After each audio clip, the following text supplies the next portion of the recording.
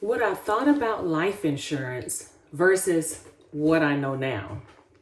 What I thought was when a loved one died, I needed to have insurance so that I can bury them.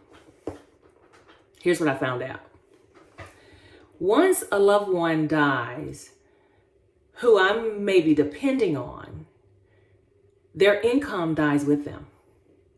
If I don't have anything else in place that covers me financially, then I'm left in a pickle.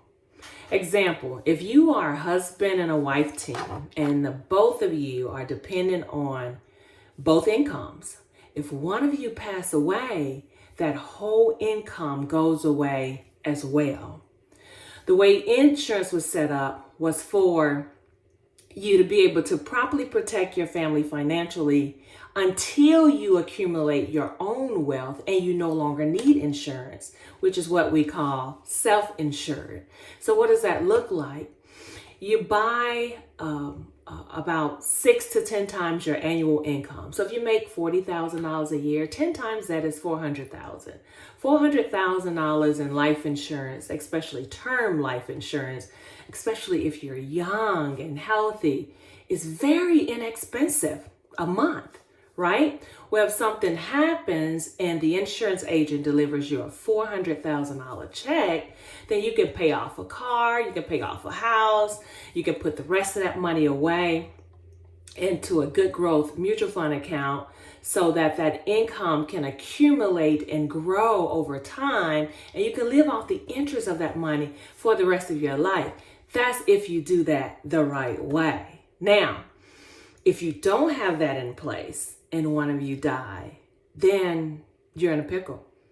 That's where you see the GoFundMe accounts. That's where you see the fish fries, all the things that I've seen people do to try to properly protect themselves against debt for paying for a funeral. Okay. So, but if you do that in advance, you don't have to worry about that. If you make sure that you properly protect your loved ones, your children, whoever's going to be depending on you if you are no longer here. Another reason to have life insurance is if you're going to be the person who have to be responsible for a funeral if someone else die, like your parents, your children, whoever is depending on you.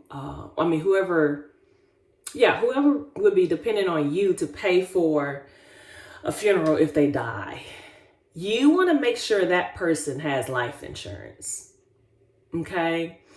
There's so much more that I can tell you about the details in life insurance, and I'm happy to do that. But what I wanted to make this video for today was the reason I wanted to make this video today is because I'm seeing so many people create these GoFundMe accounts. So many people are caught slipping because they thought they still had enough time. So many people are being left holding the bags and cannot afford to bury their loved ones. And I don't want that to be you. I don't want that to be you.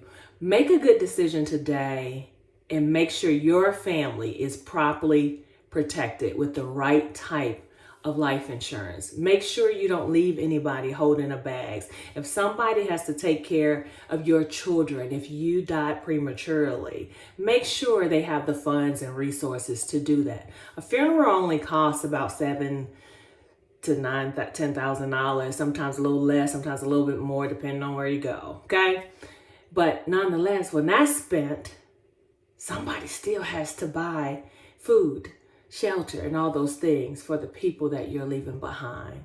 Do the right thing today and make sure you're properly protecting your family. That's another way to live life in the overflow.